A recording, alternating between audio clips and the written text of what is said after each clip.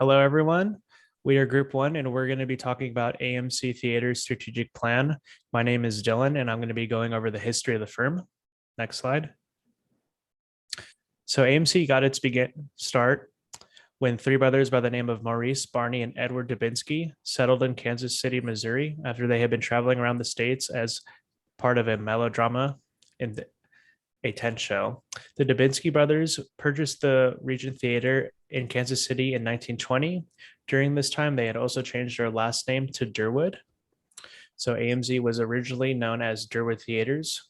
They began their expansion throughout their state and into the state of Kansas. Next slide. Next, I'll be talking about Stanley Durwood, who was the main visionary and innovator behind AMC's success. He is the son of Edward Dubinsky. He was born August 5th, 1920. He attended Harvard University and also served in World War II as a navigator in the Army Air Forces. He began working for his family business in 1945 and took over the business in 1960 after the death of his father. Next slide. Durwood continued his expansion and wanted to place theaters in high traffic areas such as malls and town centers. In 1960, he began seeing a decline after the television had been invented. During this time, the theaters could only house one screen at a time, so it was especially hard to sell out during the television era. Durwood is known for closing off the balcony of one of his theaters because he could not afford the labor to have an usher up there standing. Next slide. This is the Roxy Theater, where he had his main vision to create the multiplex. Next slide. So the multiplex is having more than one screen in the theater location. He thought, I could have multiple screens in one location and keep the labor costs the same while bringing in more profits. He opened the Parkway Twin on July 12th, 1963. He began scheduling his different movie times on opposite times to maximize his profits. Next slide. From there, he decided to reconfigure his existing theaters. In 1965, Stanley bought out the rest of his family from his business. And in 1968, he incorporated Durwood under a new name by American Multi-Cinema, or AMC. And at this time, he had 12 locations and 22 screens. Next slide. Durwood's vision was to become the biggest movie theater chain in the world. So he had a head start with the multiplex, and he continued to make multiplexes when his competition cautioned against it for fear it was too risky. In 1981, he had 500 screens, and the next year went up to 700 screens. Next slide. To further the expansion, he decided to sell 12% of the company to the public in 1983. In 1985, he began expanding in different countries overseas in Europe and Japan. And in 1990, he began having some financial troubles. So he began closing his lowest performing theaters. AMC is known for losing money every year from 1988 to 1992, with 1 year where they turned a profit. His idea was to create the megaplex, which is a multiplex, but with even more screens. And at this time, the competition then began to follow when they saw the success of AMC. Next slide.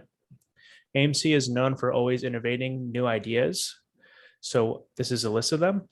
One of them is the armrest cup holder, stadium seating, love style seating, megaplexes, a industry-wide gift certificate that was accepted at all AMC locations, and an online ticketing system.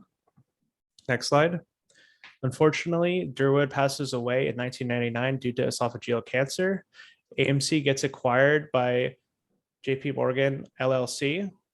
They go through several CEO changes, the first being Peter Brown, the first non-Durwood to succeed Stanley. And then next, Gerardo Lopez succeeded Brown in 2009. In 2012, they get acquired by Chinese conglomerate group, Wanda Group, for $2.6 billion, and name an interim CEO, Craig Ramsey, before their current one, Adam Aron. They go public during this time on the New York Stock Exchange. Wanda Group spends about $500 million in renovations to their existing auditoriums. Next. AMC became number one by their mergers and acquisitions, and this is a list of them.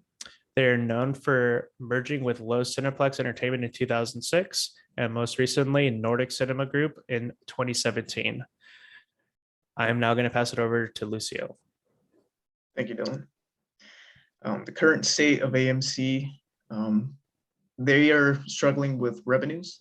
Revenues fell to 89%, and their company debt is now at $5.5 billion because of COVID and the forced shutdowns. AMC still faces COVID restrictions, but they're more relaxed than they were before. Stock price is at $37, given the fact that it was once at $1.91, which is a good sign. However, moviegoer attendance is down significantly by 85%, and movie streaming services threaten AMC at the time. Next slide. This is a chart showing the revenues for AMC. As you can see, during 2020, I'm sorry, you could see that the revenues have dropped significantly. Next slide. Firm structure. So AMC has a functional structure with wide span of control and high degree of specialization and formalization, giving it this mechanistic organization. Next slide. As you can see the span of control that the CEO has, Mr. Aaron here, over multiple employees. They all specialize in different fields. You have HR, accounting, and so forth. It's very formalized because they all answer to the CEO. Next slide.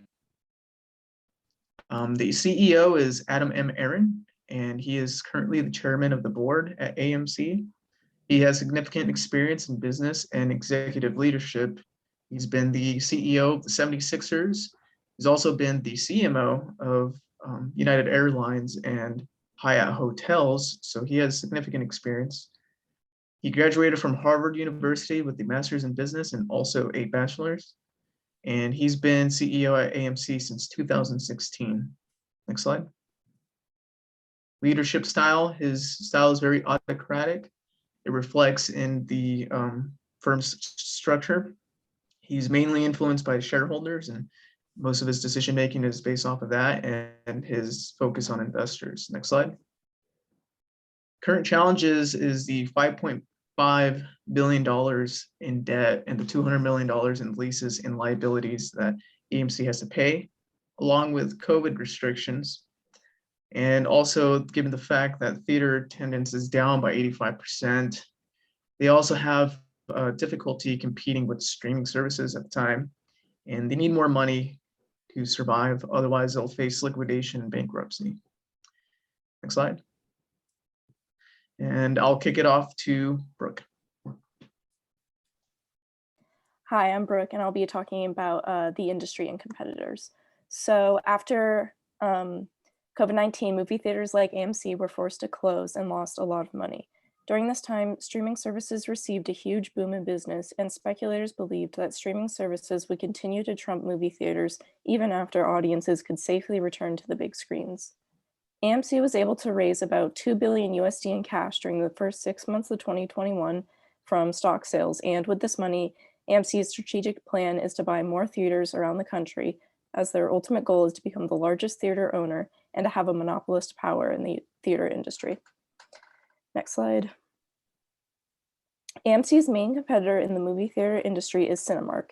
Founded in 1984, Cinemark owns and leases over 500 movie theaters throughout North and South America. Cinemark was also affected by the pandemic and has been receiving negative cash flows consequently, but they aren't losing quite as much money as AMC. However, AMC does operate and lease nearly double the amount of theaters as Cinemark in 14 different countries.